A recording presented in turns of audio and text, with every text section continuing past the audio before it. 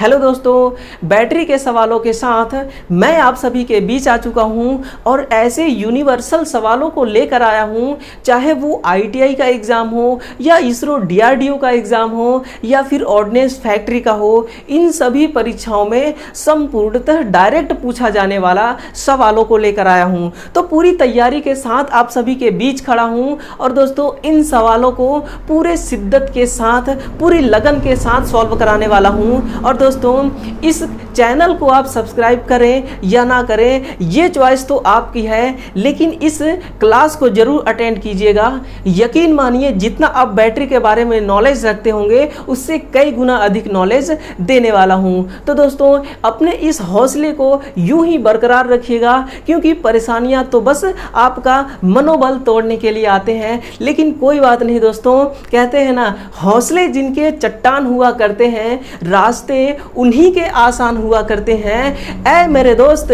घबराता क्यों है, ये परेशानियां तो बस पल भर का मेहमान हुआ करते हैं। तो दोस्तों इन परेशानियों को इग्नोर करते हुए हमें आगे बढ़ना है और अपने मंजिल की तरफ लगातार आगे बढ़ते रहना है। तो नमस्कार दोस्तों, इस निमी टेक्निकल चैनल में उन सभी विद्यार्थियों का दिल खोलकर स्वागत है दोस्तों जो अपने मंजिल को पाने के लिए लगातार प्रयास कर रहे हैं, अटूट मेहनत कर रहे हैं और दिन रात मेहनत कर रहे हैं। तो चलिएगा दोस्तों, आज का हमारा मोटिवेशनल है कि नशा दौलत का नहीं, कामयाबी का रखो और जिद मोहब्बत की नहीं। दोस्तों जिद मोहब्बत की नहीं, अपने मंजिल की रखो।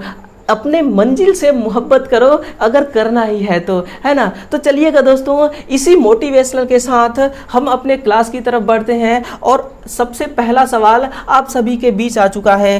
किसी इलेक्ट्रोलाइट में करंट का प्रवाह किस माध्यम से होता है? इलेक्ट्रोलाइट द्रव प्रकार का पदार्थ है, नोट कीजिएगा।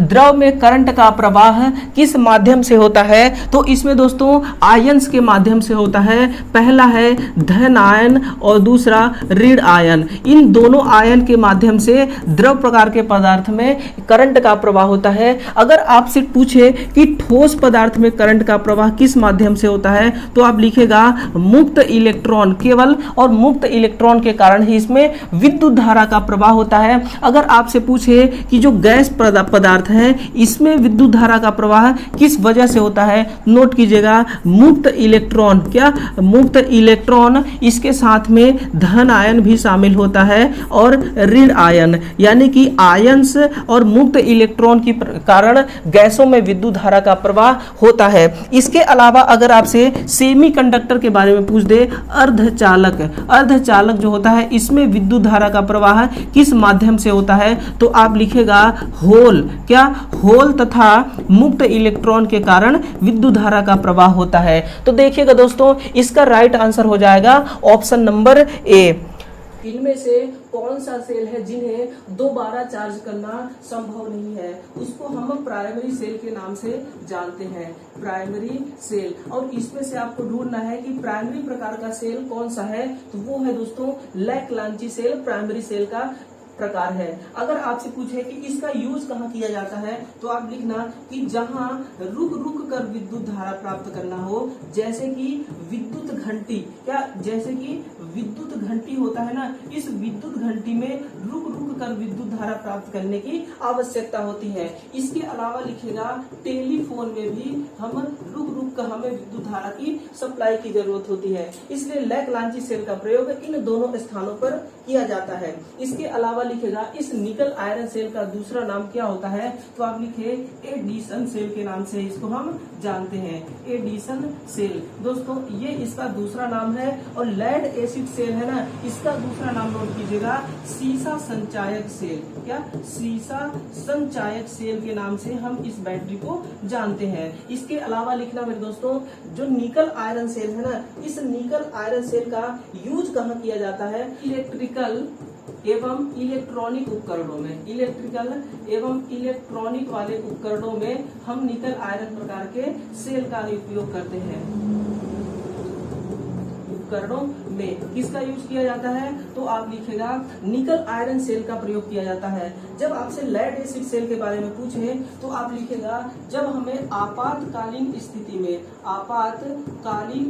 में सप्लाई प्राप्त करना हो उस दरमियान हम लेड एसिड सेल का यूज करते हैं। इसके अलावा ऑटोमोबाइल्स में भी हम इसका यूज करते हैं, ऑटोमोबाइल्स के अंदर इसका प्रयोग किया जाता है। ध्यान दीजिएगा दोस्तों, इस कैडमियम सेल का यूज कहाँ किया जाता है तो आप लिखना यूपीएस में, यूपीएस के अंदर या फिर डीजल इंजन, कहाँ डीजल वाले इंजन जहां लगे होते हैं वहां पे भी हम कैडमियम सेल का यूज करते हैं। और इस लैकलांची सेल का दोस्तों जहां रुक रुक कर विद्युत सप्लाई प्राप्त करना हो तो इसका राइट आंसर हो जाएगा ऑप्शन नंबर डी। देखिए लोड सेल का वोल्टेज रेटिंग कितना माना जाता है। लोड सेल को हम एक और नाम से जानते हैं, उसका नाम होता है photovoltaic cell, photovoltaic cell, voltaic cell. इन सभी सेलों का प्रयोग सोलर पावर प्लांट के अंदर किया जाता है, सोलर पावर प्लांट। अगर आपसे पूछे इसकी वोल्टेज रेटिंग बताइए तो इसका यथार्थ वोल्टेज रेटिंग होता है वो होता है 0.55 वोल्टेज, लेकिन यहाँ पे केवल 0.5 वोल्टेज ऑप्शन बी के अंदर लिखा हुआ है। देखिएगा दोस्तों, अगर आपसे पूछ दे कि सोलर पावर प्लांट भारत का सबसे बड़ा कहाँ पे है तो आप लिखना ये तेलंगाना में है। अगर पूछे आपसे कि विश्व का सबसे बड़ा कहाँ पे है तो आप लिखेगा जो विश्व का है ना वो सबसे बड़ा है विश्व का आबू धाबी के अंदर। कहाँ पे?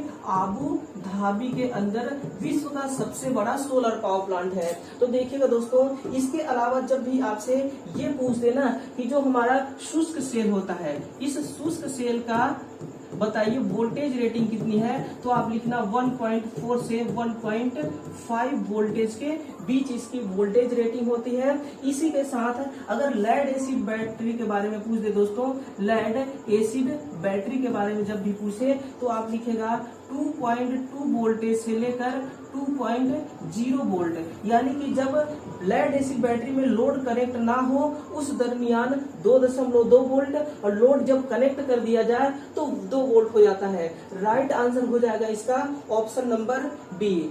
Lead acid battery secondary cell में विद्युत धारा किस रूप में स्टोर करता है? जो लेड एसिड बैटरी है ये लिखेगा रासायनिक ऊर्जा के रूप में, रासायनिक ऊर्जा के रूप में ये बैटरी को स्टोर करता है। लिखेगा दोस्तों इस लेड एसिड बैटरी का जीवन काल कितना होता है तो आप लिखेगा जीवन काल इसका केवल 5 वर्ष होता है। कितना? 5 वर्ष होता है। अगर पूछ दे कि लेड एसिड बैटरी के अंदर इलेक्ट्रोलाइट के रूप में हम क्या यूज करते हैं तो आप लिखना H2SO4। ये H2SO4 का रासायनिक नाम होता है तनुगंधक अम्ल, तनुगंधक अम्ल। और दोस्तों लेड एसिड बैटरी का जो टर्मिनल होते हैं प्लेटें, इन प्लेटों को अधिक मजबूती प्रदान करने के लिए हम किस धातु का प्रयोग करेंगे तो आप लिखना एंटीमनी का प्रयोग किया जाता है। किसका? एंटीमनी का प्रयोग करते हैं। लेड एसिड बैटरी के अंदर कौन सा जल भरा जाता है तो आप लिखना आसुत जल। क्या नाम है उसका? आसुत जल। तो इस प्रकार से इसका पूरा डिटेल्स है। ऑप्शन नंबर बी इसका राइट आंसर होगा। वोल्टेज सेल के बाहरी परिपथ में इलेक्ट्रॉनों का प्रवाह किस दिशा में गति करता है? जो वोल्टेज सेल है ना इसमें 2 प्रकार के पदार्थ यूज किए जाते हैं। पहला तो होता है तांबे का छड़, तांबे का छड़, और दूसरा होता है जस्ते का छड़। इसमें तांबे का जो छड़ होता है वो कैथोड का एनोड का काम करता है। लिखेगा तांबे का छड़ एनोड का काम करता है और जस्ते का छड़ कैथोड का। हम एनोड को धन प्लस कहते हैं यानी कि निगेटिव टर्मिनल, और इसको एनोड को पॉजिटिव टर्मिनल और कैथोड को निगेटिव टर्मिनल कहते हैं। अब देखिए जो वोल्टेज सेल है उसके बाहरी परिपथ में इलेक्ट्रॉनों का प्रवाह किस दिशा में होता है तो आप लिखेगा जस्ते की छड़ से, यानी कि कैथोड से एनोड की तरफ। कहा? कैथोड से एनोड की तरफ। ऑप्शन नंबर ए इसका राइट आंसर है। अगर यहाँ पे पूछे आंतरिक परिपथ में, नोट कीजिएगा जब आंतरिक परिपथ के बारे में पूछे तो आप लिखेगा उस वक्त एनोड से कैथोड की तरफ, कहाँ, एनोड से कैथोड की तरफ कब करता है, जब आंतरिक के बारे में पूछे कि आंतरिक परिपथ में इलेक्ट्रॉनों का प्रवाह कब होता है, और जब बाहरी के बारे में पूछे तो लिखेगा कैथोड से एनोड की तरफ, कब, जब बाहरी परिपथ के बारे में पूछे। तो इसका करेक्ट आंसर हो जाएगा option number A. Lithium cell में कौन सी मुख्य विशेषता है? इस लिथियम सेल का मुख्य विशेषता होता है, जो इसका जीवन काल है वो 10 वर्ष होता है, 10 ईयर्स होता है, और इसका जो तापमान है ना, कार्यशील तापमान वो होता है 50 से 75 डिग्री सेल्सियस ताप पर भी ये कार्य कर सकती है बहुत ही आसानी से। अगर आपसे पूछ दें कि लेड एसिड बैटरी का बताइए, लैब का बताइए, तो वो होता है 0 से लगभग 5 वर्ष तक इसका जीवन काल होता है। तो राइट आंसर हो जाए इसका ऑप्शन नंबर ए। इनमें से कौन सी सेल सबसे अधिक प्रयोग में ली जाती है? सीसा संचायक सेल सबसे अधिक प्रयोग में ली जाने वाली सेल है। Nickel iron cell secondary cell है, nickel cadmium cell secondary cell है, लैक-लांची सेल प्राथमिक सेल है। निकिल कैडमियम और निकिल आयरन में क्या अंतर है दोस्तों? तो आयरन होने के बावजूद यहाँ पे निकिल आयरन सेल का जो प्रतिरोध होता है ना, आंतरिक प्रतिरोध होता है, वो बहुत अधिक होता है, और इस आयरन के स्थान पर जब कैडमियम लगा दिया जाता है तो ये प्रतिरोध कम हो जाता है, जिससे निकिल कैडमियम सेल की दक्षता बढ़ जाती है। ऑप्शन नंबर सी इसका करेक्ट आंसर होगा। बैटरी को श्रृंखला क्रम में जोड़ने का क्या प्रयोजन होता है? किस कारण से श्रृंखला में जोड़ा जाता है?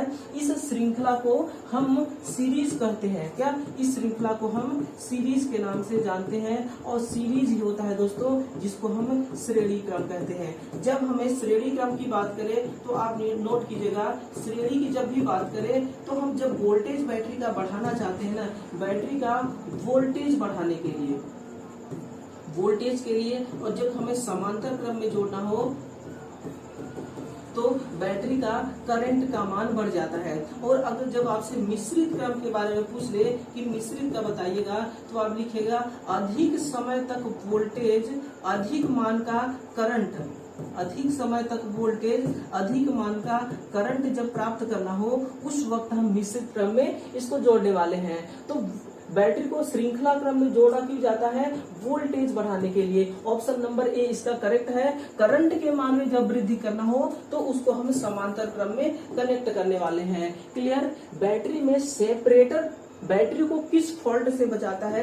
Very very most important question दोस्तों। ये जो सेपरेटर होता है ना, बैटरी का जो प्लेटें होती हैं, इन दो प्लेटों के बीचों बीच लगा होता है, इन्हीं दो प्लेटों के बीचों बीच लगा होता है, ताकि इनकी टर्मिनल आपस में शॉर्ट ना होने पाए। किस वजह से आपस में शॉर्ट ना होने पाए? और सेपरेटर किसका बना होता है? लिखेगा ये लकड़ी का बना होता है, जो कि छिद्र युक्त रबर के साथ लगी होती है। छिद्र युक्त रबर के साथ ये लगी होती है और लकड़ी की बनाई जाती है। ऑप्शन नंबर डी इसका करेक्ट आंसर होगा।